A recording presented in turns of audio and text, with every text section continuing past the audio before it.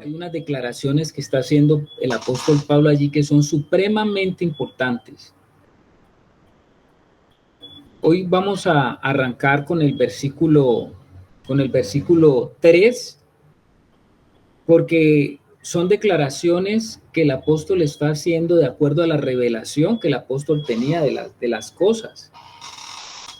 Mire usted que el apóstol va a decir algo. Mire, vamos ahí a Romanos capítulo 6 al versículo 3, que es donde vamos a comenzar, enlazando con lo que ya nos decía la hermana Luz, pero voy a leerlo desde el versículo 1, porque el apóstol está diciendo, ¿qué pues diremos? ¿Perseveraremos en el pecado para que la gracia abunde? Pensamiento que de pronto podía sugerirse después de escuchar lo que venía diciendo el apóstol Pablo, cuando él decía que la gracia, donde abundó el pecado, sobreabundó la gracia. Entonces alguno podía pensar y decir, qué bueno, entonces pequemos más para que entonces siga sobreabundando la gracia. Pero el apóstol Pablo dice, en ninguna manera, dice en el versículo 2, ni se le ocurra tener ese pensamiento. Pensar eso hace ver que usted tiene un problema grave. Es lo que está diciendo Pablo. En ninguna manera, porque los que hemos muerto al pecado, ¿cómo viviremos aún en él? Lo que está diciendo Pablo es, ustedes, hermanos, tienen que darse cuenta que la gracia no es licencia para pecar, y ahora nos lo estaba recordando la hermana Luz en el resumen. La gracia no es licencia para pecar, es como decir, bueno, yo ya llegué a Cristo, yo ya me gané la vida eterna, ahora el resto de lo que me queda por esta vida, ahora sí disfrutemos de la manera como mejor podamos, porque eso es lo que piensa el hombre natural en este mundo. El hombre natural dice, bueno, pasémosla, nosotros hemos venido a este mundo es para gozarnos, ¿no? Para disfrutar esta vida, para alcanzar el mayor grado de bienestar que podamos, porque la vida es corta y hay que gozarla. Ese es como el pensamiento de la idiosincrasia del mundo, y el apóstol Pablo nos está diciendo algo con mucho cuidado, nos está diciendo, claro, nosotros tenemos ahora la posibilidad de disfrutar verdaderamente la vida, porque Dios ha venido para que nosotros encontremos cuál es el verdadero deleite y disfrute de la vida, porque para eso ha venido el Hijo de Dios, para que nosotros entremos en esa vida que nos permite a nosotros conocer la verdad. Y dice la palabra de Dios, y conoceréis la verdad y la verdad os hará libres. Y en esa libertad, el hombre que ha encontrado libertad es un hombre que tiene ahora sí una perspectiva correcta de lo que es el disfrute de la vida. Y entonces Pablo nos dice, ahora que se nos ha entregado esa vida, ahora que tenemos esa vida dentro de nosotros, podemos ahora sí entender de que ya no estamos sometidos a la realidad que está sometida el hombre que no tiene a Cristo. Porque el hombre que no tiene a Cristo, que espera disfrutar la vida a su manera, es un hombre que está esclavizado al pecado, porque el pecado es la condición normal de todo hombre que nace en esta tierra, que viene a este mundo, que es hijo de Adán, que no ha sido transformado. Toda persona que llega a este mundo viene en esa condición atado y está maniatado por algo que se llama pecado, entendiendo que el pecado es como un sistema de operación de las tinieblas en la vida del hombre, y es un sistema de gobierno que te ata y que te mantiene totalmente imposibilitado de salir de él. Y entonces el apóstol Pablo lo que está diciendo es que ahora que nosotros tenemos a Cristo, que hemos sido bautizados, ahora lo va a decir, vamos a ver ahora el versículo 3, dice, ¿cómo viviremos aún en el pecado? Es lo que está diciendo Pablo. ¿Cómo se le ocurre a usted pensar que si la vida santa de Cristo está en usted, es esa vida santa lo que lo ha colocado a ustedes en el modo licencia para pecar? Ni se le ocurra, dice Pablo. Por el contrario, ahora que usted ha sido liberado de la vieja naturaleza, ahora que usted tiene el poder para ser liberado de la vieja naturaleza, ahora que se le ha otorgado ese poder. Yo recuerdo que casi todos los cómics, Ustedes saben qué son los cómics, ¿verdad? Los cómics son los dibujitos que siempre han existido acerca de los superhéroes, estilo Marvel, ¿no? Estilo Superman, estilo Batman. Todos estos superhombres tienen el poder y tienen poderes diferentes, ¿no? Y todos estos poderes de los superhombres, pues tienen como función vencer alguna ley natural que hay en la vida. Superman vuela, Superman puede ver más allá, Flash corre como loco, no se ve cuando pasa por el lado suyo, Aquaman es el rey que puede controlar los mares, llamar, convocar, tiene el poder de la comunicación con los animales marinos. Bueno, y usted yo no sé cuántos cómics ha visto, pero usted ya más o menos, ahora han aparecido un poco, ¿no? Un poco de nuevos que ni sabía yo que existían, pero siempre el hombre tratando de encontrar algo en esta realidad humana que lo logre llevar a una sobrenaturalidad. Bueno, pues el Señor a nosotros nos está diciendo que a nosotros sí se nos ha dado un verdadero poder. Y ese poder, usted pensaría, ¿y cuál es ese poder? ¿Levantarme sobre los aires? ¿Cuál es ese poder? ¿Caminar por encima de las aguas? ¿Cuál es ese poder? ¿Sanar enfermos? ¿Cuál es ese poder? Bueno, el mayor poder que tenemos dentro de nosotros es el poder de la nueva vida, y esa nueva vida nos coloca en una condición donde podemos levantarnos y comenzar a tener gobierno sobre lo que domina este mundo, que es el pecado. ¿Cómo le parece a usted, hermano? Esto nos cambia un poco la perspectiva, porque nosotros siempre hemos creído que venimos a Cristo y que llegamos al Señor es para tener unos superpoderes. Y entonces los hermanos a veces ansían esos poderes, y no está mal, porque dice Pablo que deseemos los mejores dones, pero se nos olvida a veces que el poder más grande que puede llegar a manifestar un hijo de Dios es sobreponerse sobre la condición caída, adámica, gobernada por el pecado. Ese es el mayor poder, hermanos. Porque ¿qué hacemos usted con que ostente tantas otras cosas, pero no ha podido vencer en aquello para lo que ha sido forjado en Cristo a través del nuevo nacimiento? Entonces, hermano, usted está llamado para algo superpoderoso. Y yo he escuchado a algún hermano que hablaba algo muy interesante y decía que no es lo mismo lo sobrenatural que lo espiritual. Y él preguntaba, ¿qué es mayor, lo sobrenatural o lo espiritual?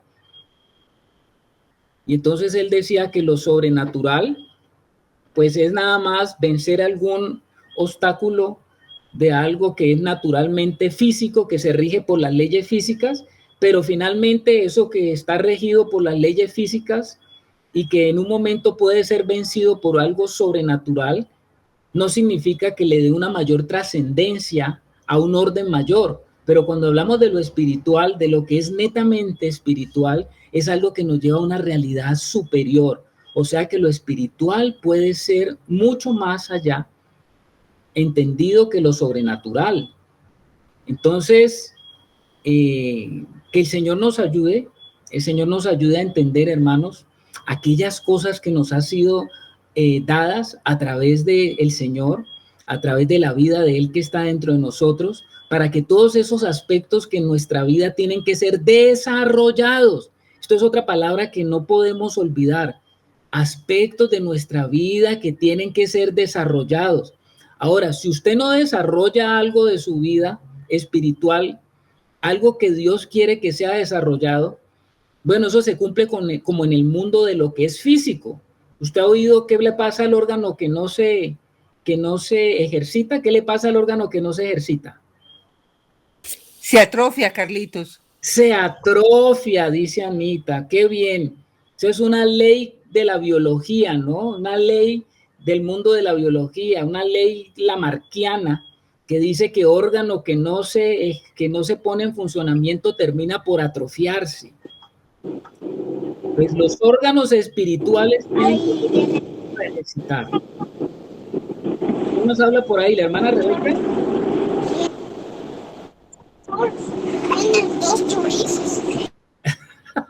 Nos estaba diciendo algo Rebeca, oí como unas lenguas. Bueno, entonces, apreciados y santos hermanos, a ver, Rebequita, buenas noches. Perdón, Carlitos. No. Buenas noches, Carlitos. No, no sé por qué se escuchó algo. Yo estoy en carretera. Estaba escuchándoles, pero no levanté mano ni nada. Disculpa, Ah, ya. Carlitos, no sé qué haya pasado. Bueno, está bien. Estoy por carretera escuchándoles. Bueno, que Dios les guíe, mi hermana santa, en la carretera, que sea luz en el camino. Gracias. Bueno, tenemos, hermanos, nuestras armas de nuestra milicia son espirituales para que nosotros podamos ser combativos, no estar allí anquilosados y no estar sometidos. Y parte de nuestra derrota, mucha de nuestra derrota, diría yo, está relacionada con nuestra falta de conocimiento.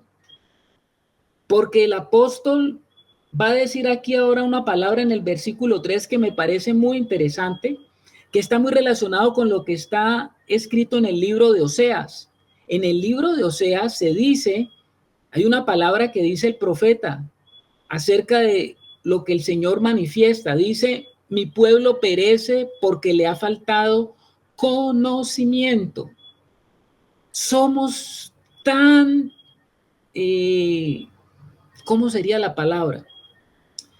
Ignorantes, utilizando una expresión a veces un poco fuerte, pero somos tan carentes, hermanos, somos tan naturales, mantenemos en una realidad tan una realidad natural de lo caído, nos encontramos tan inmersos en esa realidad, nos encontramos a veces tan abrumados por esa realidad, nos encontramos tan metidos en esa realidad, nos encontramos tan conscientes de esa realidad que perdemos de vista la realidad espiritual. Por eso es que el Señor decía que era necesario que permaneciéramos en Él todo el tiempo para lograr que nuestra alma comience otra vez a codificar la nueva realidad, para que nuestra alma comience a configurarse a la nueva realidad.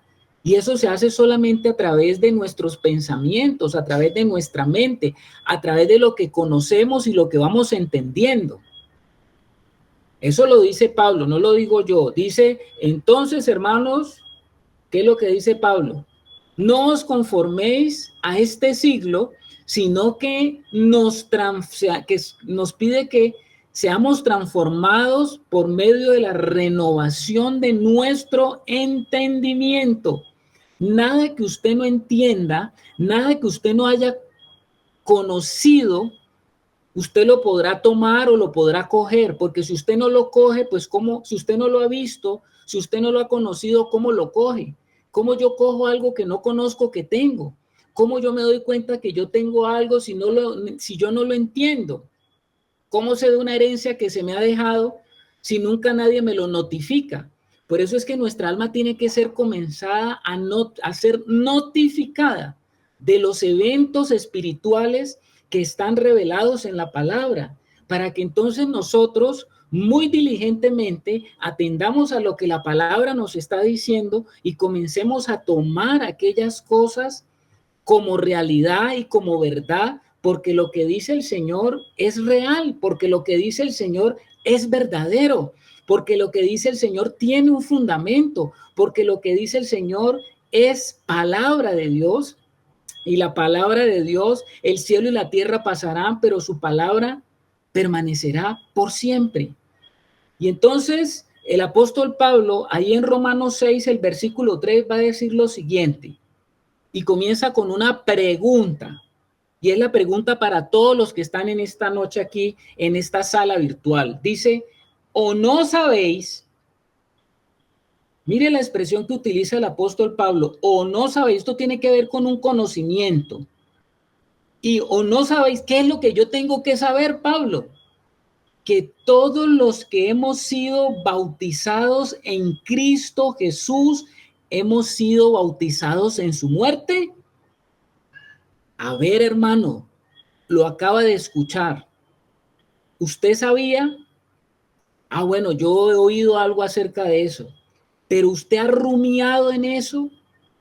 ¿Usted ha puesto los sentidos en eso? ¿Usted ha meditado en eso?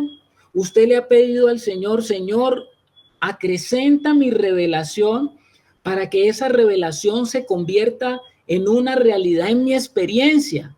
Porque cuando yo tengo un conocimiento de algo, eso todavía no es, yo no puedo decir lo tengo. Usted después de que tiene ese conocimiento es posible que venga un entendimiento, pero tiene el entendimiento, pero todavía no puede decir lo tengo. Usted ya tiene el conocimiento, ya tiene el entendimiento, pero ahora viene una revelación. Y usted dice, bueno, ya con una revelación, pues aún que tenga una revelación, usted todavía no puede decir lo tengo. ¿Cuándo lo tiene? ¿Cuándo lo tiene usted, hermano? Usted lo tiene cuando eso viene a ser una experiencia y una realidad en su vida. Ahí usted puede decir, lo tengo. Entonces Pablo está diciendo, ¿o no sabéis que todos los que hemos sido bautizados en Cristo Jesús hemos sido bautizados en su muerte? La palabra clave es esa palabra saber. Pablo está exponiendo un hecho de que el creyente necesita saber y tener en cuenta y no podemos nosotros ignorar este hecho. Ahora que ya lo sabemos, que nos lo está diciendo Pablo, porque Pablo lo que nos está diciendo es, vea, usted cuando vino a Cristo, usted cuando vino al Señor, sufrió una identificación. Usted fue identificado con Cristo. Usted entró en una realidad diferente a la que usted venía viviendo. Oiga, pero ¿cuál realidad? Yo me veo el mismo, yo soy el mismo con las mismas. No, hermano, usted ya no es el mismo con las mismas. Estamos hablando de que usted tiene que creer lo que Dios dice. ¿Y qué es lo que Dios dice? Que en el momento que usted creyó, en el momento que usted aceptó, en el momento que usted recibió la vida de arriba, usted se ha acercado a una nueva realidad. Usted tiene la posibilidad de entrar a la realidad espiritual, que es una realidad muy diferente a la realidad del hombre adámico convencional que vive en la realidad completamente terrenal. Y lo que está diciendo el apóstol Pablo es, todos los que hemos sido bautizados en Cristo Jesús, hemos sido bautizados en su muerte. Preste atención a esto, hermano. Quiero que por favor le prestemos atención a algo. Muchos hermanos, cuando escuchan la palabra bautizo, pues ellos inmediatamente dicen, ah, claro, yo fui bautizado en agua. Entonces el bautismo en agua me acerca a esa realidad. No, hermano. No es a ese bautismo en agua lo que se está refiriendo el apóstol Pablo. No siempre que aparece en la Biblia o en las Escrituras en el Nuevo Testamento, no siempre que aparece la palabra bautizo, se está refiriendo a agua. La Biblia habla de la doctrina de bautismos y hay varios tipos de bautismos en las Escrituras. Para nosotros poder llegar a determinar de cuál bautismo se está hablando, nosotros debemos conocer el contexto de lo que la Escritura nos está mostrando. Entonces, no porque está diciendo aquí, todos los que hemos sido bautizados en Cristo Jesús, hemos sido bautizados en su muerte, pues muchas personas están pensando, y muchos hermanos lo han pensado así, cuando se habla de bautismo en Cristo, se está refiriendo que cuando fuimos bautizados en agua. Hay muchos hermanos que por pasajes como estos han llegado a considerar que el bautismo en agua es necesario para salvación. El bautismo en agua es para salvación. Han caído en lo que se conoce en las Escrituras, después de uno estudiar, han caído en el error de Apolos. ¿Cuál es el error de Apolos? ¿Recuerdan ustedes a Apolos o no lo recuerdan, hermano? Le pregunto a la sala. Esta es una pregunta abierta. ¿Sí recuerdan a Apolos? Sí, Carlitos. Bueno, Ana Milena se acuerda. ¿Y Alex? Sí, mi hermano, ese es un hombre que gracias a Priscila pudo entender otro bautismo. Ok. Y era Pablo decía que él había sembrado y que Apolo había regado, pero que el crecimiento lo daba el Señor.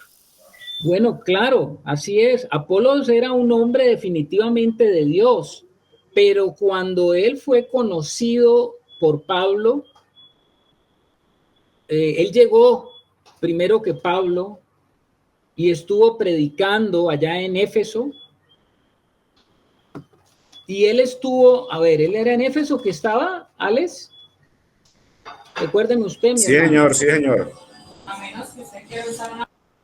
Entonces él estuvo, pero Apolos había llegado primero y él había estado predicando el evangelio, pero basado y sustentado en el arrepentimiento de Juan. Y ustedes saben que el arrepentimiento de Juan era el que hacía el énfasis del bautismo en agua. Voy a leerles a ustedes un poquito de esto, hermanos, solamente para llevarlos a meditar en ese pensamiento que muchos hermanos tienen, porque muchos hermanos dicen que usted tiene que ser bautizado en agua porque eso es un elemento fundamental para la salvación y que si usted no ha sido bautizado en agua, pues seguramente usted no es salvo. Creo que eso es un error y por eso le llamamos el error de Apolos, porque Apolos había estado estableciendo una obra en medio de los hermanos de Éfeso, y Apolo era un hombre muy versado en las escrituras, era un hombre muy conocedor de las escrituras, era un hombre muy forjado y formado, pero él tenía ese pequeño vacío porque no había conocido específicamente cómo era que se había desarrollado ahora a través del evangelio, cómo se había desarrollado la nueva revelación acerca de la importancia que tiene en la salvación por fe. Entonces, mire esto, dice, lo voy a llevar a ustedes a Hechos capítulos 19, donde dice, aconteció, estoy en Hechos 19, aconteció que entre tanto que Apolos estaba en Corinto, Pablo, después de recorrer las regiones superiores, vino a Éfeso y hallando a ciertos discípulos, les dijo, ¿recibisteis el Espíritu Santo cuando creísteis? Y ellos dijeron, ni siquiera hemos oído si hay Espíritu Santo. Entonces les dijo, ¿en qué fuiste bautizados? Y ellos dijeron, en el bautismo de Juan. ¿A qué se estaba refiriendo? Que habían sido bautizados en agua. Pero ellos todavía no tenían claro lo que era el bautismo en el Espíritu Santo, ese bautismo que verdaderamente era el que les traía la salvación. Entonces, ¿qué hizo Pablo? Dijo Pablo, Juan bautizó con bautismo de arrepentimiento. Claro, Juan bautizó con bautismo de arrepentimiento porque Juan fue el último de los profetas, y Juan, como el último de los profetas, pues él estaba llamando al pueblo a un arrepentimiento para que pudieran acercarse al Mesías. Ellos estaban esperando al Mesías y ellos, como pueblo de Dios, para tener una conciencia preparada de una limpieza, ellos como judíos tenían sus ritos de abluciones con agua, y Juan estaba practicando lo que era la limpieza con el agua, el símbolo del agua, que ellos siempre habían utilizado el agua como el símbolo de purificación. Y Juan les estaba diciendo, es el momento de que nosotros nos arrepintamos y que todos nos arrepintamos, porque ya se va a acercar el Mesías. Y el Mesías va a venir, y al que no lo encuentre limpio, pues no va a estar y no va a participar de la obra que va a venir a hacer el Mesías.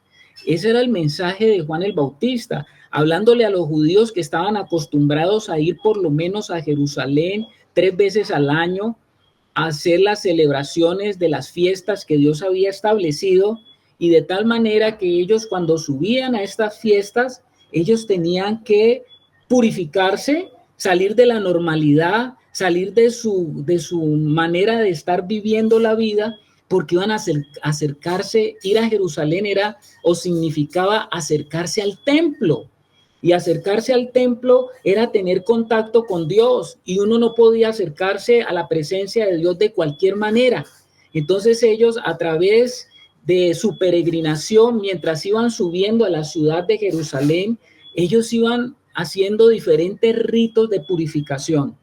Juan el Bautista aparece como ese profeta que viene a decir, bueno, ya no estamos yendo al templo, pero sí tenemos que purificarnos porque ya nosotros no vamos a Dios, ahora Dios es el que viene a nosotros y tenemos que estar preparados para recibirlo. ¿Cómo se prepara uno para recibir a Dios? ¿Cómo se prepara uno? Pues arrepintiéndose, cambiando, dejando de ser lo que uno ya es, para que Dios encuentre unas personas listas para ser tomadas. El hermano Alexander.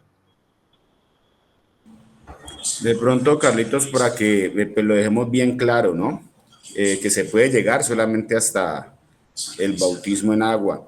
Se lo voy a leer rapidito, mis hermanos. Me disculpa, Carlitos, que me le meta así.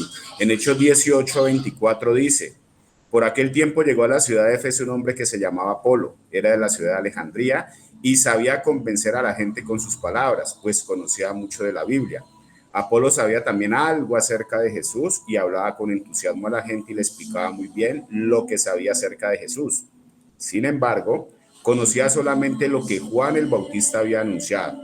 Y dice que un día Apolo, confió en sus conocimientos, comenzó a hablarle a la gente que estaba en la sinagoga, pero cuando Priscila y Aquila lo escucharon, lo llevaron a su casa y allí le explicaron en forma más clara y directa el mensaje de Dios.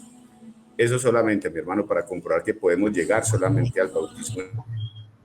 Muy bien, muchas gracias, mi hermano. Sí, señor, ahí está hablando del contexto, porque cuando Pablo llegó a Éfeso, pues habían estos discípulos, se consideraban discípulos a los que ya eran creyentes, ¿no? Entonces eran considerados creyentes, pero ellos habían escuchado sobre la necesidad de arrepentirse y habían llegado hasta allí.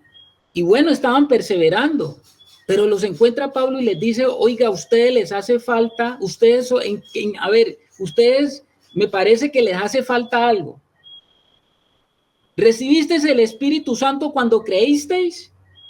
Y ellos le dijeron, ni siquiera hemos oído de Espíritu Santo. Bueno, al Apolos que había ido seguramente, aquí no dice que fue Apolos el que les compartió, pero seguramente los que le había compartido a Apolos les compartieron a ellos, no sabemos.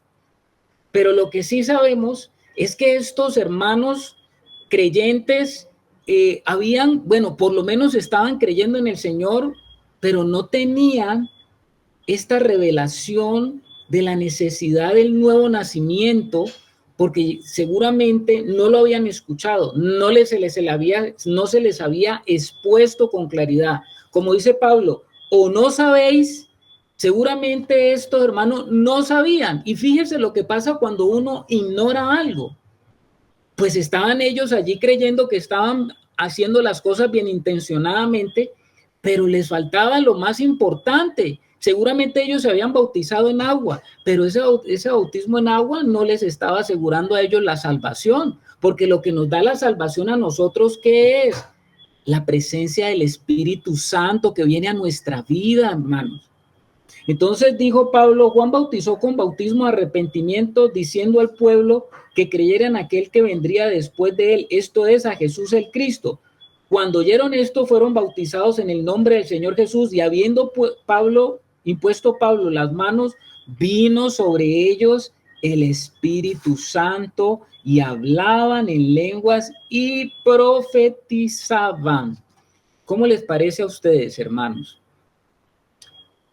Qué hermosa realidad. Estaba el trabajo hecho como a medio tiempo. Ellos habían sido bautizados en agua, pero ellos no sabían qué era esto de recibir el bautismo en Cristo o el bautismo de Cristo. Y ese bautismo de Cristo tiene que ver con una realidad espiritual. Que el agua tiene un fuerte contenido para nosotros, claro que sí. Es que mire lo que Pablo va a hacer aquí justamente en Romanos capítulo 6, porque Pablo va a coger y va a comenzar a introducirnos en un entendimiento del nuevo pacto. Acuérdense que el bautismo de arrepentimiento de Juan el Bautista, hasta ahí estaba llegando el antiguo pacto. La ley y los profetas estaban llegando hasta ese entendimiento. Pero Pablo coge esta realidad del bautismo en agua y le da una aplicación tremendamente sobrenatural. Eso era Pablo, ¿no? Entonces Pablo utiliza el término, ¿o no sabéis que todos los que hemos sido bautizados en Cristo Jesús? Él no está diciendo bautizados en agua, que seguramente aquel que se ha bautizado en agua estaría preguntándose, ¿cómo así bautizado en Cristo Jesús? Yo me bauticé fue en agua. No, Pablo le está diciendo, mire, la realidad del bautismo, la realidad espiritual de lo que se hace en el agua va más allá de simplemente algo externo. Porque el bautismo en Cristo no es un bautismo en agua, sino un bautismo en la persona de Jesucristo. Algún comentarista que estuve leyendo decía que allí en el capítulo 6 de Romanos no hay ni una gota de agua por ningún lado. O sea que el bautismo del que Pablo habla en Romanos 6 es el bautismo real, porque la palabra bautismo es ser sumergido. Eso significa la palabra bautismo, ¿no? La palabra del griego bautismo, cuando se traduce, es que en las escrituras no se tradujo la palabra bautismo, sino quedó como en el griego, porque la palabra griega es baptizo, y la palabra baptizo significa ser sumergido. Este bautismo que está hablando Pablo es el real para Dios en el sentido de que cumple con la realidad espiritual y tiene lugar. ¿Cuándo se produce ese bautismo en Cristo? En el momento que una persona es salva, que una persona cree en el Señor, que una persona reconoce que está mal, que una persona reconoce que está viviendo una vida totalmente desenfocada del plano de Dios. Es decir, eso es arrepentimiento. Cuando una persona ve su vida en derrota, cuando ve su vida bajo cero, cuando una persona reconoce que llegó al punto cero, al punto límite, al punto donde no hay retornos, sino que si sigo allí, voy para abajo, voy para el precipicio, voy a perderme. Cuando una persona llega a ese punto, es cuando una persona verdaderamente dice, yo necesito de Dios. En el momento que una persona es salva es porque recibe la vida de arriba. Es porque se le es dada y se le es otorgada a la persona la nueva vida a través del Espíritu Santo, como acabamos de ver ahora, que Pablo puso las manos sobre ellos y recibieron al Espíritu Santo y hubo una manifestación sobrenatural de que algo nuevo había pasado en sus vidas. Y lo nuevo que había pasado es que ellos habían recibido la vida del Señor, la vida de Cristo, había venido a ellos y había descendido a ellos.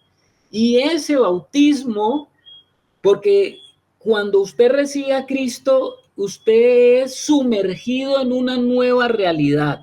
Usted es sumergido en la naturaleza del Espíritu Santo que trae la vida de Cristo. Usted es sumergido en la vida en Cristo. Usted es sumergido en el cuerpo de Cristo.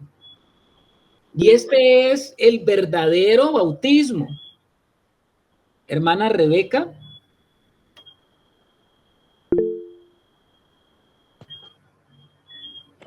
Sí, Carlitos.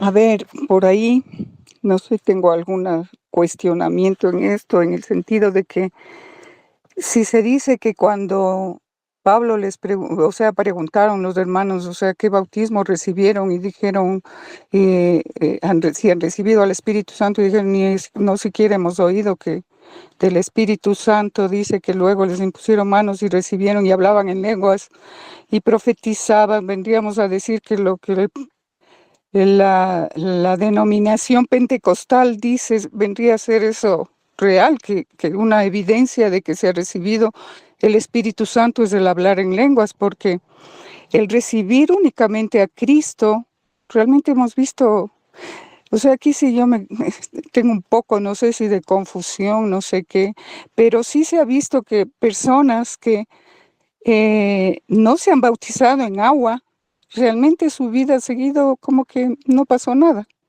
Simplemente hicieron una oración del penitente, como se dice, recibieron a Cristo, pero su vida sigue igual.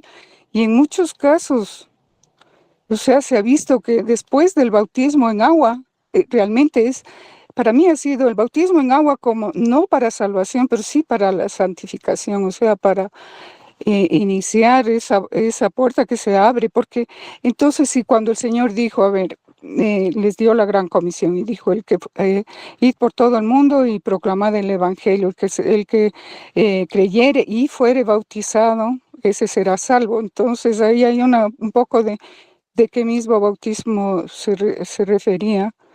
Y si es solo el recibir a Cristo, hemos visto que hay gente que ha recibido a Cristo y sus vidas no han cambiado.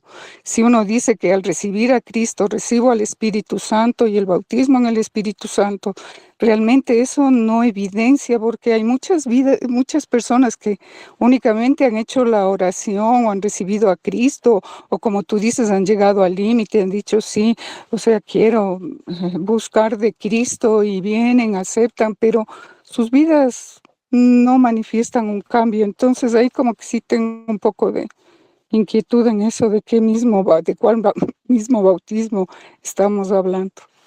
Eso, Carlitos. Bueno, gracias mi hermana Rebeca por la pregunta. Yo creo que sí es una pregunta que todos nos podemos estar haciéndonos, dado que hemos tenido muchísimas, en el caminar de la vida cristiana hemos tenido muchas experiencias. Y claro, la pregunta que tú haces es muy válida. Entonces tú dirías, bueno, la denominación pentecostal dice que cuando verdaderamente una persona ha nacido de nuevo, pues estaría manifestando esos carismas del Espíritu Santo, como son el hablar de lenguas, el don de lenguas, o profetizar, o qué sé yo, alguna otra manifestación. Pero recuérdese que esto no son, la Biblia no habla de esto en todos los casos. No es que siempre tenga que ocurrir así. No es que siempre tenga que haber una manifestación o un don del Espíritu Santo cuando una persona es bautizada en Cristo. No necesariamente. Ya los hermanos pentecostales han hecho de esto una norma que no es una norma que se cumple en todos los casos. ¿Qué quiere decir, mi hermano Alex?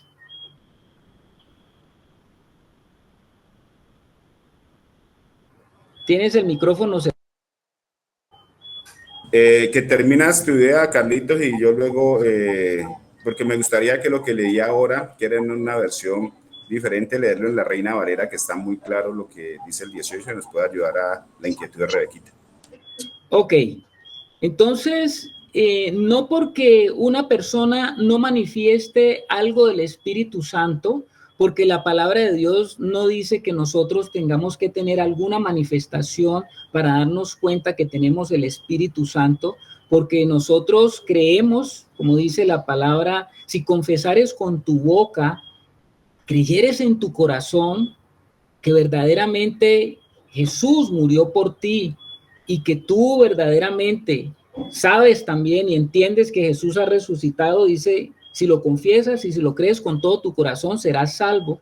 Y no hay para eso ningún tipo de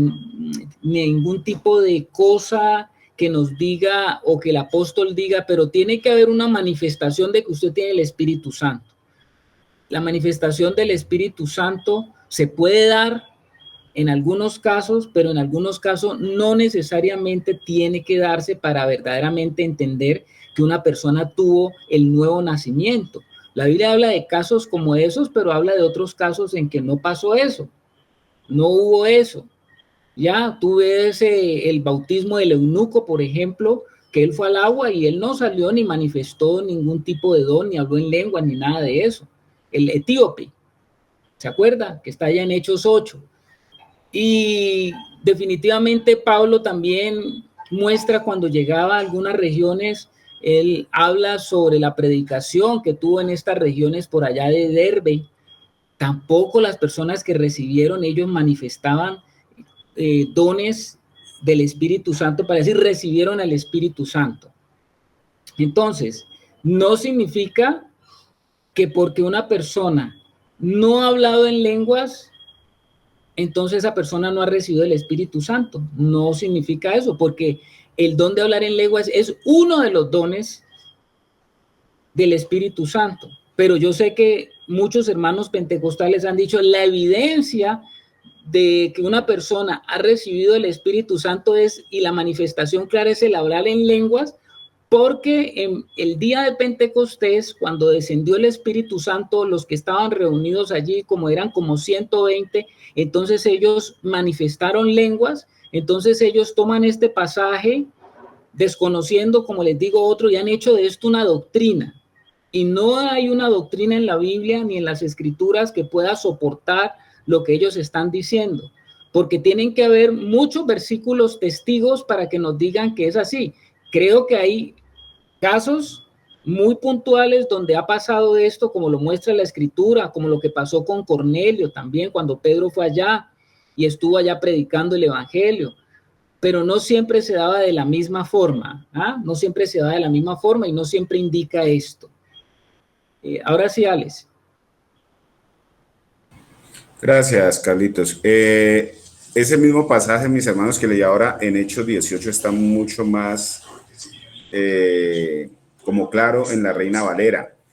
Dice que llegó entonces a Éfeso un judío llamado Apolos, natural de Alejandría, varón elocuente, poderoso en las escrituras, y este había sido instruido en el camino del Señor, y siendo de espíritu fervoroso hablaba y enseñaba diligentemente lo concerniente al Señor, aunque solamente conocía el bautismo de Juan. Y comenzó a hablar con denuedo en la sinagoga, pero cuando le oyeron Priscila y Aquila, lo tomaron aparte y les pusieron más exactamente el camino de Dios. Entonces, ahí podemos ver, mis hermanos, cómo sí hay diferencia entre el bautismo en agua y el bautismo en Cristo. El bautismo en agua no nos puede llevar a la salvación, cosa que se hace el bautismo en Cristo, que sí es un camino, que es una elección que pues si el Señor Jesús lo dejó como ejemplo, es bueno hacerlo, pero que determine realmente no, porque aquí dice que solamente conocía el bautismo de Juan, o sea que le faltaba algo a Apolos, siendo tan docto en la Escritura, y era conocer a Cristo, nacer para Cristo. Eso nada más, mis hermanos. Ya. Entonces, como yo les decía ahora que usted vea la palabra bautismo, usted tendría que preguntarse, no siempre que dice bautismo se está refiriendo al agua. Se está refiriendo, yo quiero que piensen esto. Yo creo que con la palabra bautismo el Señor nos está hablando de entrar en una realidad, porque yo entro a la realidad, a esa realidad en una condición y salgo en otra. Piensa en eso cuando usted escuche bautismo, usted piense en entrar y salir. Esa es la realidad del bautismo. El bautismo en agua tiene una finalidad, claro que sí. Yo no estoy diciendo que no, porque el bautismo en agua tiene una finalidad. El bautismo en agua no es para salvación, no es para regeneración. Vamos a decirlo en estos términos. El bautismo en agua es el primer paso de fe que da una persona que quiere obedecer al Señor en todo. El bautismo en agua no es antes de yo nacer de nuevo. El bautismo en agua viene a confirmar una realidad de algo que ya pasó en mi vida. No es que yo primero, Juan bautizaba en agua y eso era lo que él había entendido, pero el mismo Juan dijo, miren, yo lo bautizo en agua, pero viene alguien mucho más poderoso que yo y él los va a bautizar a ustedes en Espíritu Santo y fuego. Reconociendo Juan que el bautismo del Señor o en Cristo, pues ese era el bautismo más grande. Y el que hacía Juan primero, pues era el que él estaba ejecutando. Pero ahora en el Señor, el primer bautismo que debe ser para nuestra vida es el bautismo en Cristo. Fruto de haber tomado la decisión de estar en Cristo, pues voy a obedecer el primer paso que tengo, porque de aquí en adelante toda mi vida va a estar identificada con Cristo y toda mi vida va a ser una realidad de un bautismo permanente. ¿Cómo así, hermano, que un bautismo permanente? Claro, porque en esta realidad que yo estoy, comienzo yo por la fe, porque dice la palabra de Dios que el justo por la fe vivirá. Y en la medida que yo voy avanzando en mi vida cristiana, tendré que irme identificando cada vez más que yo estoy en Cristo. Y el bautismo en agua marca como ese referente de que mi vida debe de vivir ese proceso permanentemente. Hasta el día que yo esté sobre esta tierra, yo debo de estar entrando en la realidad de Cristo para salir de la realidad del viejo hombre. Porque eso es lo que Pablo va a decirnos aquí de lo que significa el bautismo. Porque Pablo está diciendo, ¿o no sabéis que todos los que hemos sido bautizados en Cristo, hemos sido bautizados en su muerte? Pablo lo que está diciendo es, mire, usted ya sabe lo que es el bautismo en agua y usted sabe que el bautismo en agua es meterse en las aguas y usted es metido en las aguas y usted sale de las aguas por la fe en una nueva realidad. No es que el agua me limpió mis pecados, no es que el agua me quitó mis pecados, porque ¿quién es que quita tus pecados? El que quita tus pecados es el Cordero de Dios. Pero las aguas me ayudan, me dan. Pedro habla del bautismo allá en su carta diciendo que el bautismo en agua nos da conciencia, activa nuestra conciencia para que estemos preparados para la realidad de lo que se viene en nuestra vida. Porque mientras yo camine sobre esta tierra, mientras esté caminando en esta tierra, yo tengo que cada vez acercarme más a esa realidad de que yo me encuentro muerto, por un lado, morí, pero por otro lado, también tengo que tener la vida de resurrección. Así como he experimentado muerte, así también debo experimentar resurrección. No es que me quedé muerto y me quedé allá sepultado y punto, sino que yo me identifico con Cristo tanto en su muerte como en su resurrección. Y esa es la esperanza, mi hermano, que tenemos. La hermana Lorena. Buenas noches, mis hermanos, el Señor les bendiga. Hola, Angeli. Hola, hermanita Carlitos. Aquí estamos los tres. Sí, aquí estamos los tres. Sí. Estamos vivos. Entonces, les iba a comentar que hablando del bautismo en agua, una forma en la que como familia lo empezamos a entender, porque obviamente comenzamos bajo ese mal entendimiento de una doctrina pentecostal fuera de contexto en cuanto a algunos versículos, era que el bautismo en agua es una muestra, un símbolo, un testimonio público de una transformación y una decisión que hemos tomado y ha transformado nuestras vidas desde adentro. Entonces, el bautismo en agua solo va a mostrarle a la gente esa transformación interior que ya hemos tenido cada uno de nosotros desde que hemos creído en Cristo. Solo va a servir para testificar al mundo y decirle, ahorita yo me identifico con Cristo en su muerte y en su resurrección y he decidido caminar esta vida siguiendo los pasos de nuestro Señor.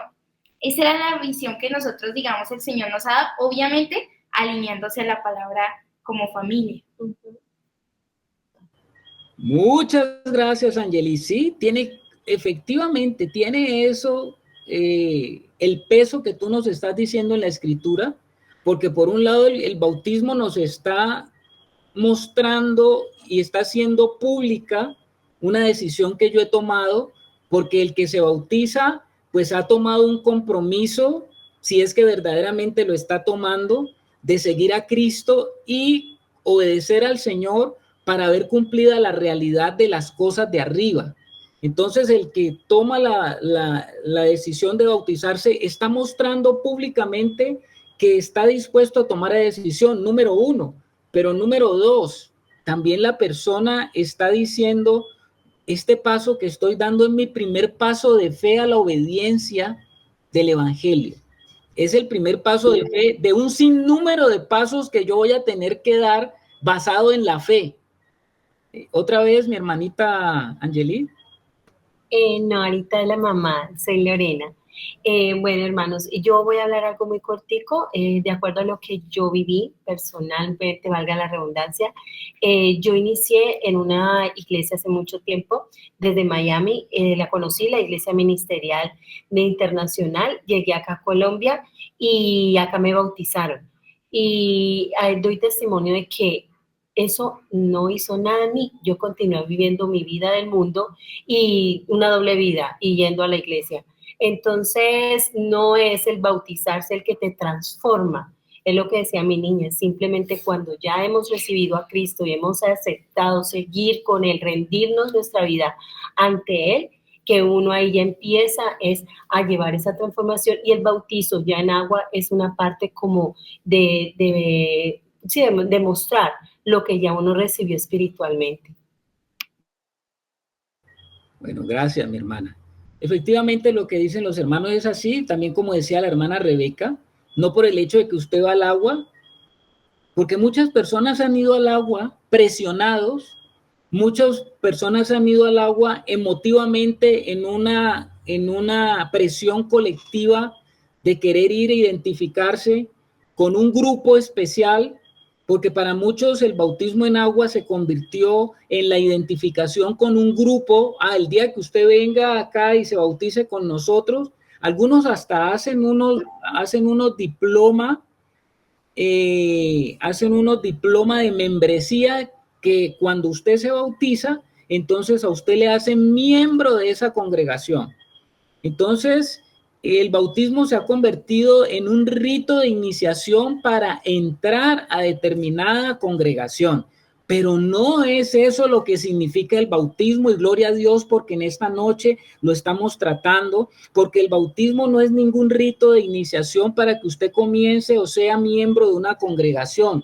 El bautismo es esa expresión de una realidad interna que comienza a operarse en su vida, y donde usted como hijo de Dios está dispuesto a dar pasos de fe, y donde usted está dispuesto a decirle a todos que ahora usted es un hijo de Dios. Y cuando hablo de todos, es a todos.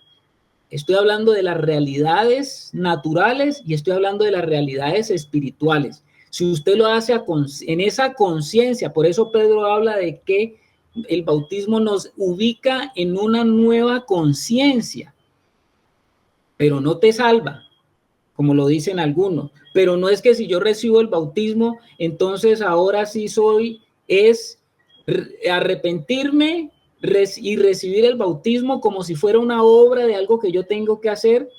O sea, el bautismo de Juan, o bautizarme en agua como una obra necesaria para yo poder tener la salvación. No, hermanos, no es por obras para que nadie se gloríe. No hay ninguna obra sobre la fe. Entonces, yo voy y conozco del Señor, recibo al Señor y doy mi paso del bautismo, dando ese reconocimiento de que creo en la realidad de lo que estoy viviendo y de lo que va a ser una realidad en mi vida hasta que yo esté en esta tierra.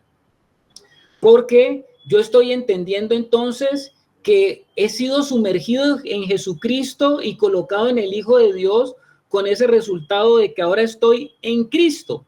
Y es ahí donde se me da todo mi posicionamiento. Por eso a menudo hablamos de la posición del creyente en Cristo. Entonces, hay ahora una nueva posición que se me es otorgada porque el Hijo de Dios está en mí, y esa nueva posición me permite a mí tomar todas las cosas de Cristo. Entonces, el bautismo en agua se convierte en ese mandamiento primero que me lleva a decir, sí, creo en la obra de Cristo. Ahora, si usted no cree, pues usted simplemente se mete como un pecador en el agua y sale como un pecador mojado, pero no pasó nada realmente. Usted no puede decir que entonces, porque fue a las aguas un día o una vez, aunque usted no era consciente de nada, sino que usted entró allí porque le dijeron, porque lo presionaron, porque le pareció bonito, porque le pareció chévere, como uno dice, entonces ya fui a las aguas y entonces ya un día fui salvo. No, porque el bautismo en agua no es para eso. Cuando aparezca en la palabra de Dios, la palabra bautismo, usted ya se va a quedar pensando, ¿de qué bautismo me estará hablando el Señor? ¿Será del bautismo en agua? ¿Será del bautismo en Cristo? ¿Será del bautismo con el Espíritu Santo? Porque ese es otro bautismo. Por eso la Biblia habla de la doctrina de bautismos, porque hay varios bautismos que yo tendría que tener presente de qué será lo que me está hablando la Escritura. Entonces, hermanos, Pablo dice aquí, ¿o no sabéis que todos los que hemos sido bautizados en Cristo Jesús, hemos sido bautizados en su muerte?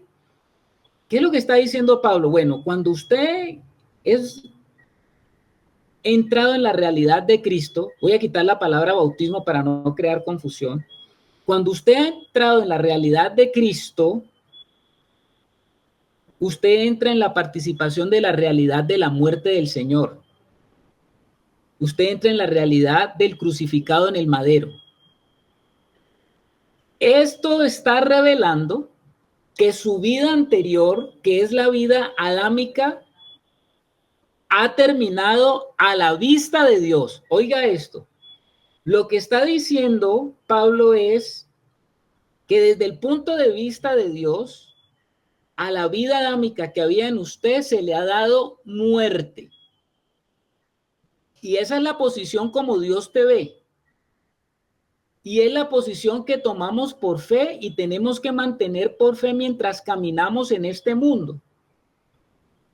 ¿Por qué? Porque esa es mi posición de lo que la Escritura me revela. Pero luego, poco a poco, Dios hace realidad esa muerte, porque yo tengo que, como yo le decía ahora, bueno, pueda que yo ahora lo vea, conozco eso, pero no lo entiendo, pero todavía no hace parte de mí. Ahora, yo tengo que después conocer eso y entender eso, todavía no es parte de mí. Ahora, yo lo conozco, lo entiendo, pero un día se te va a revelar. Y entonces tú dices, claro, pero si yo he pasado por aquí 1000 de veces en la Escritura y he leído que yo he sido identificado en la muerte de Cristo. Claro, lo que la Biblia dice es que cuando Cristo murió en el madero, ahí estaba yo estaba allí. Pero ¿cómo así que yo estaba allí? Claro, porque Cristo le estaba dando muerte a la carne, le estaba dando muerte al viejo hombre, le estaba dando muerte a la vieja naturaleza. Entonces yo estaba allí porque yo tengo carne y yo tengo vieja naturaleza. Eso es una realidad espiritual. Pero ¿qué es lo que pasa? Eso ya lo sé, pero llega un día en que viene la revelación y Dios te dice, ¿acaso no te das cuenta que tú estás muerto? Lo he leído miles de veces, pero ¿acaso no te das cuenta? ¿Y cuándo comienza a ser una realidad, hermanos? Cuando verdaderamente día tras día comenzamos a caminar en esa realidad. Cuando estamos atravesando las diferentes circunstancias de la vida y que se nos presentan, en las diferentes pruebas de mi vida, donde el Señor me mete en esas circunstancias a través del Espíritu Santo, donde yo tendré que darme cuenta que verdaderamente estoy muerto. Dios va haciendo realidad eso poco a poco. Cuando somos bautizados en la muerte de Cristo en la cruz, declaramos que nuestra primera personalidad con su naturaleza pecaminosa ha sido condenada a muerte. Continuar nosotros obedeciendo a nuestra naturaleza pecaminosa no está en acuerdo con la posición que yo ya tengo y que se me ha declarado y que se me ha mostrado y que se me ha revelado en las Escrituras. Por eso Pablo lo dice, ¿o no sabéis que todos los que hemos sido bautizados en Cristo Jesús hemos sido bautizados en su muerte? Vamos a cambiar la palabra bautismo. ¿O no sabéis que todos los que hemos sido introducidos en Cristo, hemos sido introducidos en su muerte? ¡Wow! Eso lo dice el apóstol Pablo. Pablo entendió la realidad del bautismo en Cristo, porque lo que pasa en el agua es simplemente la sombra, vamos a decirle, o la figura o el símbolo de la realidad interior. Bendito sea el Señor, porque podemos nosotros tener una realidad que se nos hace a nosotros tangible cuando vamos al agua, pero para decirnos el Señor, esto es lo que va a pasar día a día, porque en ese caminar que tú tienes ahora en Cristo, tienes que ir entrando en esta realidad. Poco a poco lo voy entendiendo, poco a poco va a ser una realidad en mi vida, poco a poco va a ser una experiencia de que en verdad yo estoy muerto para el pecado. ¿Tremendo o no tremendo, hermanos? Tremendo, ¿no? Vamos al versículo 4. Mire lo que Pablo sigue diciendo. Porque somos sepultados juntamente con él para muerte por el bautismo, a fin de que como Cristo resucitó de los muertos por la gloria del Padre, así nosotros también andemos en vida nueva. Tremendo lo que está diciendo Pablo. Bueno, Pablo te está diciendo, hay dos caras de la realidad de la obra de Cristo en la cruz. Ojo pues con eso. Y creo que en eso hemos fluctuado mucho a veces nosotros. Una parte es entrar en la realidad de la identificación de la muerte, pero usted no se puede quedar tan solo con la cara de la muerte, porque la cruz, por un lado, sí trajo la muerte, pero usted tiene que pensar en la otra parte de la obra de Cristo que tiene que ver con la realidad del ser sepultado, y después de eso viene la resurrección. O sea que usted también tiene que identificarse con la resurrección, no solamente con la muerte, mi hermano. Y sé que la experiencia de la realidad de la muerte en Cristo tiene que convertirse para ti en algo real, pero también la experiencia de la resurrección. Son dos cosas para que lo tengamos en cuenta. Comenzamos la nueva vida en Cristo. Por eso es que cuando vamos a las aguas nos muestra esa representación de una manera tremenda, ¿cierto? Vamos a las aguas en una condición, entramos a las aguas mientras estamos entrando nos muestran de una sepultura, se le está dando muerte a ese viejo hombre porque el meterse en el agua es entrar en otra realidad. Usted está aquí en la tierra, está en una realidad, entra en el agua, se mete en otra realidad, allí no hay respiración, lo que respira en la tierra se muere en el agua, y usted entra al agua y ahí se está muriendo, pero mientras está muriendo está siendo limpiado, está siendo totalmente purificado, y cuando pasa de esa realidad y usted sale del agua, entonces usted salió de la muerte, pero salió ahora mojado y salió ahora en una nueva condición. Usted sabía que los bebés están en el vientre materno y en el vientre materno están sumergidos. ¿En qué están sumergidos ellos? A ver los que saben de esto. ¿En qué están sumergidos los bebés?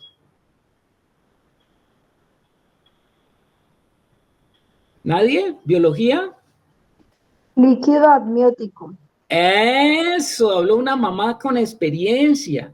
Los bebés se encuentran sumergidos en un líquido que se le conoce con el nombre del líquido amniótico, y para que un bebé nazca en este mundo, él tiene que salir de esa realidad.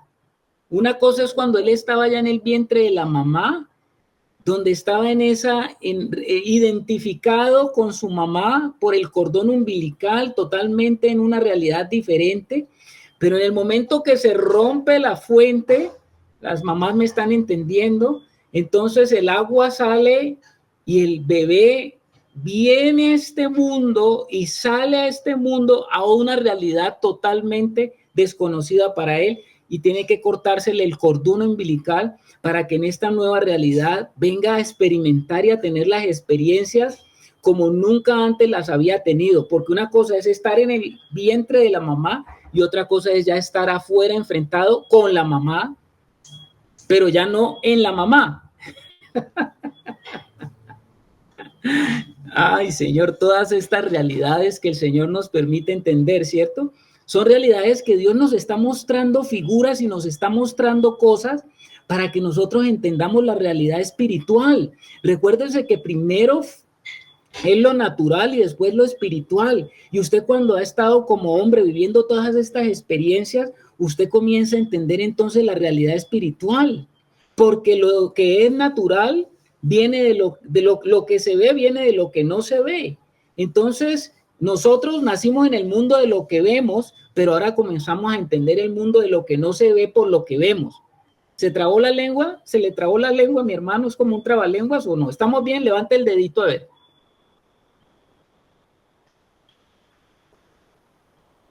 Bueno, ahí hay unos deditos levantados. El dedito de Angeli. Hermanos, en la visión eterna de Dios hemos experimentado una muerte verdadera. Dios ha decidido hacernos nuevas criaturas, justas, pero no olvide esta partecita, que muchos olvidan esto. Dios ha decidido hacernos nuevas criaturas justas, pero acuérdese de esto, en Cristo. Si yo quito esto de nuevas criaturas justas y le quito la parte en Cristo, mejor dicho, apague y vámonos. Porque esto de las nuevas criaturas justas en Cristo lo podemos entender por lo que está diciendo el apóstol Pablo. ¿Qué es lo que va a hacer el Espíritu Santo? El Espíritu Santo, una vez que nos ha metido en la real, comienza a introducirnos en esa realidad, comenzará a guiarnos hacia todas aquellas áreas de nuestra personalidad que no agradan y que se encuentran en rebelión a Dios. Cada vez que elegimos apartarnos de las obras de la naturaleza pecaminosa, somos alimentados en el reino espiritual con el cuerpo y la sangre de Cristo. Esta es nuestra vida de resurrección, hermanos. Poco a poco lo viejo se va desprendiendo y es reemplazado por la naturaleza divina de Jesucristo. Poco a poco es cortado ese cordón umbilical que teníamos arraigados al mundo del viejo hombre. Poco a poco vamos experimentando de que algo nuevo está pasando. Somos lentos para entender esto, pero lo tenemos que entender, hermano. La palabra de Dios y el Espíritu Santo suministrado nos tiene que llevar a experimentar esas realidades. Hay contundencia en la identificación con la muerte de Cristo, porque lo está diciendo el apóstol Pablo, pero de la misma manera hay contundencia para entrar en la vida de resurrección. Esto significa ser bautizados, participar de la realidad de la muerte a lo viejo, pero también participar de la realidad de la vida nueva. No sé si ha sido claro hasta allí, hermano. ¿Estamos claros? Bueno, gloria a Dios, hay unas manitos levantadas. Qué bueno, mi hermano, que lo podamos sentar y lo podamos entender esta noche para que nosotros no seamos confundidos, para que no seamos como niños fluctuantes con en estas enseñanzas, para que cimentados en lo que la Escritura nos está revelando de una manera completa, no parcial, porque nos dice la palabra que la suma de la verdad, la suma de tu palabra es la verdad, para que vamos nosotros viendo todos los diferentes aspectos y no nos quedemos fluctuantes en doctrinas, sino que podamos ir entendiendo qué es lo que el Señor nos está llamando. Vamos entonces al versículo. ¿A qué versículo vamos, hermanos? 5, ¿no? Versículo 5. Porque fuimos plantados juntamente con Él fuimos plantados. Mire que Pablo tiene mucho cuidado porque él está hablando en Cristo y por eso él recuerda permanentemente que es en Cristo, no es aparte de Cristo, porque dice, porque si fuimos plantados juntamente con él en la semejanza de su muerte, así también lo seremos en la de su resurrección. Muchas otras versiones de la Biblia no dice plantados, sino que dice unidos. Vamos a manejar el término plantados que aparece aquí en la Reina Valera versión 60. Porque fuimos plantados. Cuando se habla de plantar y dice plantados juntamente, o sea que no fuimos plantados independientemente, sino que fuimos plantados juntamente con Él. O sea, esto es con Cristo. ¿Qué es lo que esta expresión o esta frase nos está diciendo? Esto nos está diciendo específicamente, hermanos, que es como, a ver, es como el plantar juntamente. ¿A qué le suena a usted el plantar juntamente? ¿Cómo a qué le suena? A ver los que saben un poquito de plantar cosas.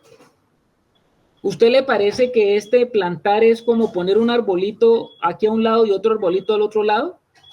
¿O a qué le suena más bien este plantar juntamente?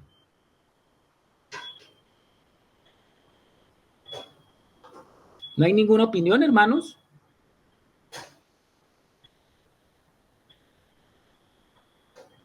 Hay un silencio en la sala. Plantar juntamente, cuando dice, hablándole en términos naturales, cuando usted planta juntamente a una planta con otra, ¿qué es lo más, cómo se le llama lo más cerca que usted puede plantar una planta con otra? ¿Cómo se llama eso? Bueno, por allá mi esposa dice de la cocina injerto. Sí, es un injerto. Habla de un injerto, plantar juntamente. La manera más cerca de plantar una cosa con otra es injertando una en otra. ¿Sí estamos, hermanos? A la verdad yo no sé si ustedes están, hermanos. Sí, mi hermano. ¿Quién más? Aquí estamos. Dice Rocío. La frase plantados juntamente nos habla de esa relación de injerto que es unido en la vida de un árbol. Esa unión es el tipo más cercano que se puede dar hablando de lo que el hombre hace entre las plantas. Y pues hoy en día hay técnicas más avanzadas que el injerto, ¿no? Pero tienen que ver con material genético. Pero entonces, para no complicarnos y poderlo entender, pues hablemos de un injerto. Y esa es la unión del tipo más cercano de la vida y que lo que está haciendo relación es que nosotros fuimos injertados y que la vida de Cristo ahora fluye a través de nosotros. Y esto se ajusta mucho a lo que el Señor explicó allá en Juan 15, cuando habló ¿de qué habló el Señor Jesús? ¿Se acuerdan en Juan 15 de qué habló? Él es la vid y nosotros los pámpanos. Exactamente, de la vid y los pámpanos. El pámpano es aquella parte de la vid, es la rama, es la ramita que sale de la vid y esa ramita florece en su punta y de allí de esa floración en un momento dado saldrán las uvas. Y esta unión de la cual nos está hablando la Escritura es una unión que nos está metiendo a nosotros en la realidad de Cristo y nos está introduciendo en la obra de Cristo, en lo que tiene que ver con la muerte y la resurrección. hay las dos experiencias para nosotros. Cuando ustedes leen al apóstol Pablo allá en Filipenses 3:10, 11, él nos habla acerca de esto en su propia vida, ¿no? Porque él dice así: a fin de conocerle y el poder de su resurrección y la participación de sus padecimientos, llegando a ser semejante a él en su muerte, si en alguna manera llegase a la resurrección dentro de los muertos. Mírelo como lo expresa el apóstol Pablo hablando de esa realidad, ¿no? Como él lo entendió, lo experimentó, como él lo vivió. Entonces, tenemos una participación en la muerte de Jesús, pero también tenemos una participación en la resurrección. Yo sé que han habido muchos maestros de la vida espiritual a través de la historia de la iglesia que han entendido muy bien la identificación con la vida crucificada y dejan de pronto a un lado lo que tiene que ver con la vida de resurrección. Muchos de esos autores que hablan de la vida de la cruz, de la crucifixión, son importantísimos que hoy tuviéramos tener una aproximación a esos escritos, pero también entendiendo ahora con lo que estamos entendiendo en las escrituras, que también se tiene que ver la otra parte que tiene que ver con la vida de resurrección, porque tiene que haber un equilibrio. Por lo que Pablo nos muestra aquí en la escritura, él siempre estaba esforzándose por conocer el poder de la resurrección de Cristo y la comunión de sus padecimientos. Pablo siempre vivió por la vida eterna de Cristo y por eso sus epístolas han sido siempre fructíferas, porque él era como aquella ramita, como aquella rama de la vid injertada que ha estado dando fruto desde hace cuánto está dando fruto la vida de Pablo injertada en Cristo. Imagínense usted, han pasado más de 2000 años y todavía nosotros seguimos comiendo de las uvas que salen de la vida de Pablo expresada en las Escrituras.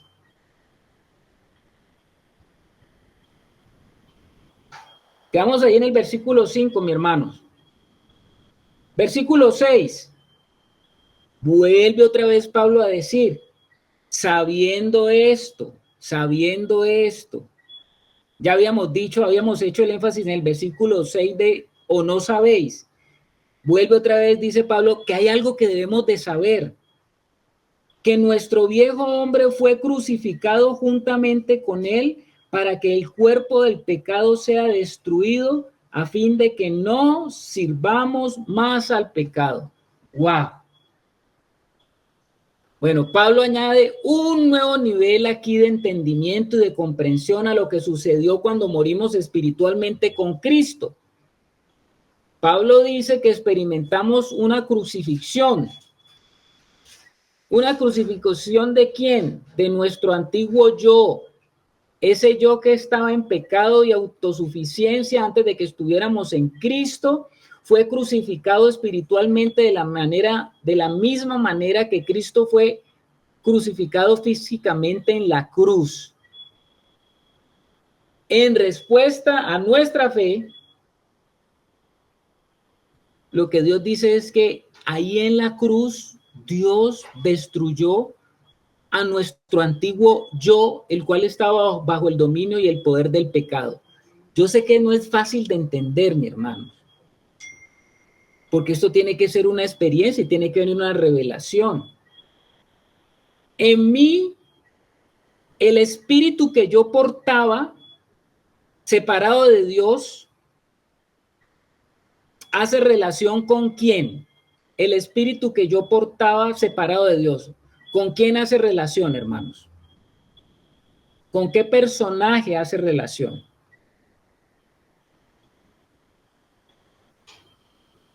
¿Sí estamos?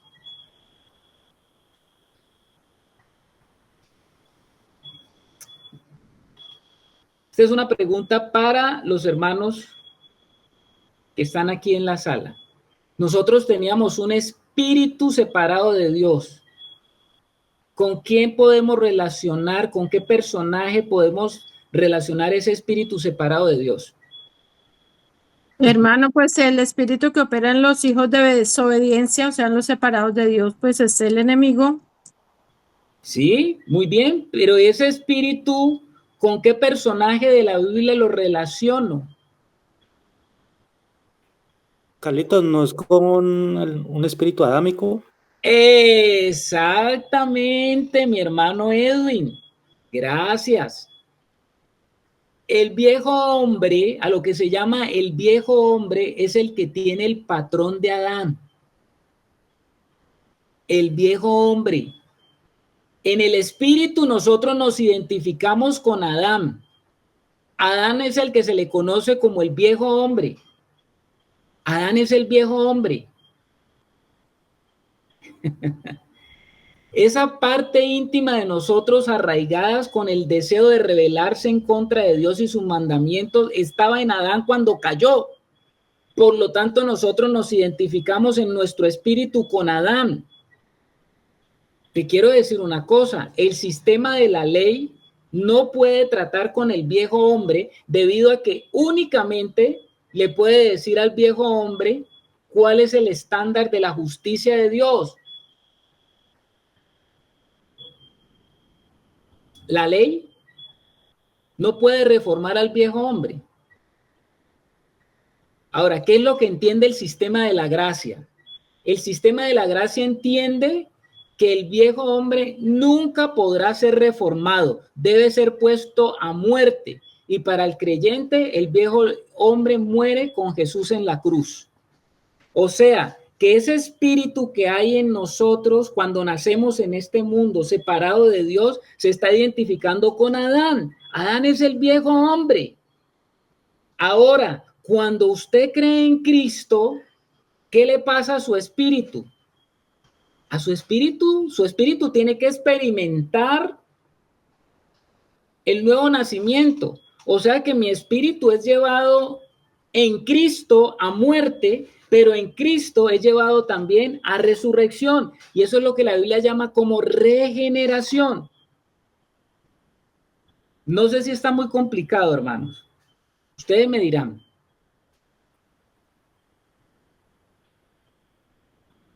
No sé si escucho alguna. A ver, hermana Luz Helena. No, que sí está entendible, hermano. A ver, ¿usted me lo podría explicar? Bueno, hermano, pues le explico en mi manera. En la vieja naturaleza que tenemos todos, pues nacemos así, la naturaleza adámica. Cuando creemos en Cristo, somos bautizados en Cristo, injertados a Cristo, sumergidos en Cristo, nueva vida en Cristo, experimentamos primero la muerte de Cristo, fuimos crucificados juntamente con Él. Experimentamos esa muerte. ¿Para qué? Porque luego, después de esa muerte, viene la resurrección, o sea, la nueva vida en Cristo. El viejo hombre que éramos en Adán, en la naturaleza pecaminosa, el hombre de pecado que éramos, ya no está más. Dios ya no nos ve como ese viejo hombre, sino que tenemos la nueva vida en Cristo, esa vida de resurrección que el Señor nos ha dado y por la cual el Señor, Dios nos ve justos. Entonces, tanto morimos como vivimos, o sea, morimos a la vieja naturaleza, vivimos en la nueva que es en Cristo. Muy bien, hermana Luz, muy bien. ¿Están de acuerdo los hermanos con la hermana Luz? Muy bien. Todo lo que yo estoy hablando, mis hermanos, es un asunto espiritual. Ahora, porque es un asunto espiritual no significa que sea menos real. Por el contrario, lo espiritual es más real que cualquier otra cosa. Cuando nosotros estamos hablando del viejo hombre, porque todos nacemos en el viejo hombre, nuestro espíritu, el espíritu que nacemos todos es el mismo espíritu en que quedó Adán. A ese espíritu se le llama el viejo hombre. O sea que todos nacemos con ese viejo hombre. Y ese viejo hombre tiene una naturaleza, tiene una forma de manifestar lo que hay dentro de ella. Ese viejo hombre se manifiesta de una manera muy diferente a como él fue diseñado. Nosotros ya hemos hablado de esto, hemos dicho que el viejo hombre con su naturaleza son sus apetitos, su manera de hacer las cosas, su manera de vivir la vida, su manera de responder ante todas las cosas, pues ese viejo hombre tiene una forma de ser. Pero cuando nosotros venimos y cuando el Señor más bien viene a nosotros, Él hace algo allá en nuestro espíritu.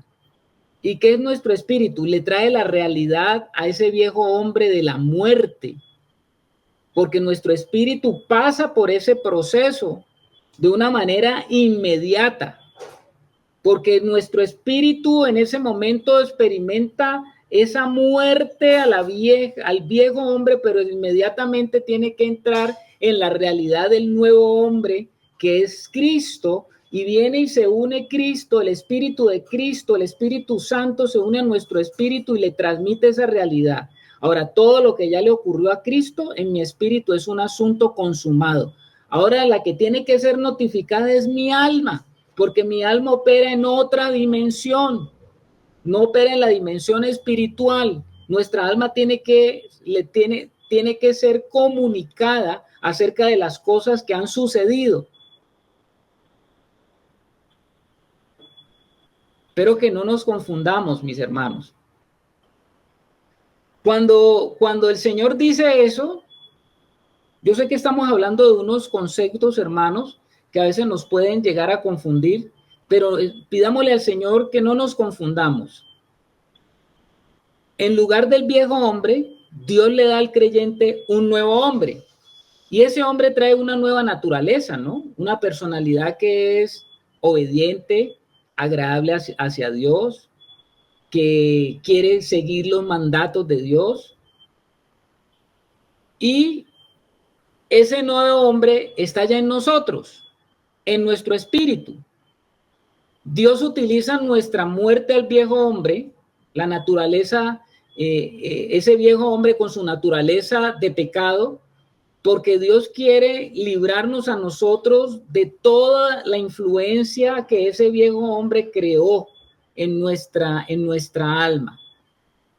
Un hombre muerto ya no puede tener autoridad sobre nosotros, así que debemos de recordar y de tener por hecho que el viejo hombre es crucificado juntamente con él. Si el viejo hombre está muerto, les hago esta pregunta. Si el viejo hombre está muerto, ¿por qué siento que el pecado me jala dentro de mí? Una pregunta para la sala. Si el viejo hombre está muerto, entonces ¿por qué siento que el pecado me jala? ¿Qué creen ustedes? Si es una realidad, porque yo estoy diciendo que es una realidad que la tenemos que creer por la fe. ¿Qué pasa allí, entonces? Bueno, les voy a dejar entonces esa pregunta. A ver qué dice Lorena. Yo, mis hermanos, no sé si voy a responder la pregunta, yo más bien voy a aportar. Algo que me gusta mucho, es una frase de Martín Lutero, y es que dice que pues él quería matar al viejo hombre, ¿no? Y entonces lo tira al agua, pero se dio cuenta que el desgraciado sabe nadar. Entonces, es como entender realmente que a pesar de que queramos morir y, digamos, salir miserable de mí, ¿quién podrá librarme de este cuerpo de muerte?, decía el apóstol Pablo, no vamos a ser liberados hasta que no estemos en la gloria con Cristo, ¿sí? Hasta que no estemos completamente ya a la obra de Él en nosotros perfeccionada. Y eso no va a pasar, como dice Eclesiastés, de este lado del sol. Tiene que pasar cuando ya estemos allá con Él, porque por ahora vamos a seguir luchando. Y algo que también estuve viendo en otra prédica, mis hermanos, era que es precioso poder entender, hermano, que ustedes se pueden preguntar, hermano, ¿cómo yo sé que estoy siendo salvo? ¿Cómo yo sé que Dios quiere cambiar mi corazón? ¿Cuál es la evidencia? Pues porque estás luchando contra el pecado. Si tú estás luchando contra el pecado, es una de las muchas evidencias que el Señor nos ha dado para saber que realmente somos de Cristo y estamos muriendo día tras día, crucificando a ese viejo hombre. Bueno, Gloria a Dios por Natalie, por Angeli. A ver, ¿qué dice? Primero, ¿quién levantó la mano? Rebeca y después Edwin. Sí, Carlitos. Bueno, esto es bien complejo, ¿no? Porque podemos en palabras decir cosas tan lindas y la Biblia y hablar de esto que estamos hablando, pero realmente sí, como decía Lorena, creo que es, ¿no? Lorena se llama, ¿no? La lucha que tenemos, o sea, cómo sabemos y cuál es la evidencia. Yo diría de que estamos andando en el espíritu, porque la Biblia sí nos dice esto y lo que hemos estado hablando, pero yo más bien me viene a mí, por ejemplo, ¿quién es el ejemplo? ¿Quién es nuestro referente? Para mí siempre será el Señor, ¿no? Es Jesucristo nuestro referente de vida, es Él el Mesías justamente, porque yo, por ejemplo, me pongo a pensar, a ver, ¿qué pasó con Él cuando se bautizó? Primero que Él dijo, conviene, porque Juan le dijo, no, tú bautízame a mí, yo cómo voy a bautizarte a ti. Y el Señor dijo, conviene que todo se haga en justicia. Y dice que después de que fue bautizado, ¿qué pasó con él? Fue llevado por el Espíritu para ser tentado por el diablo. Entonces yo pienso que eso es lo mismo que sucede con nosotros. Por eso digo que sí, el bautismo en agua es algo importante en la vida del creyente, porque entonces viene a ver, estamos realmente, nacimos de nuevo, estamos realmente, empezamos a vivir en el Espíritu, hemos sido bautizados en agua y en Cristo, hemos hecho digamos, ese acto de fe, de decir sí, acepto y sello con esto, porque luego de que el Señor vuelve del desierto siendo tentado por el diablo mismo, empieza su ministerio, ¿no? Es ahí donde se sella su victoria y inicia su ministerio. Entonces yo pienso que sí, nosotros también somos tentados por el enemigo. Yo pienso que más que sí con el pecado, pero con la tentación es con lo que debemos luchar, porque no debemos caer en el pecado, ¿no? O sea, se supone que es así como debemos vivir, como vivió el Señor. Estamos ahora sí, digamos que estamos en la misma condición del Señor y lo que vamos a tener que luchar es con la tentación, porque lo que sí el enemigo no va a dejar es de tentarnos. Pero lógicamente que eso no quiere decir que no caemos, o sea, lo que caemos es en la tentación. Y lo que decía Lorena, cuando Pablo dice, miserable de mí, ¿quién me librará de este cuerpo? O sea, él está hablando de antes de, se supone que eso éramos antes de recibir a Cristo, que vivíamos pecando, no podíamos con el pecado. Y claro, ahora que estamos en Cristo, ya Juan nos dice, porque el que permanece en él no peca, porque el Hijo de Dios no puede pecar. Entonces, no podemos comparar eso que decía Pablo en Romanos 7, ¿de qué se refiere a nosotros? Yo más bien pienso que Pablo se refiere antes del nuevo nacimiento. Pues si sería eso, el nuevo nacimiento, entonces no dejamos nunca de pecar. Yo no creo que sea así. Entonces eso, Carlitos, pienso que ese es nuestro proceso, pero realmente las evidencias nosotros mismos nos vamos a dar cuenta en qué estado estamos, porque el Señor cuando le dijo a Nicodemo, el viento sopla y nosotros escuchamos, pero no sabemos ni de dónde viene ni a dónde va. Así es el que es nacido del Espíritu.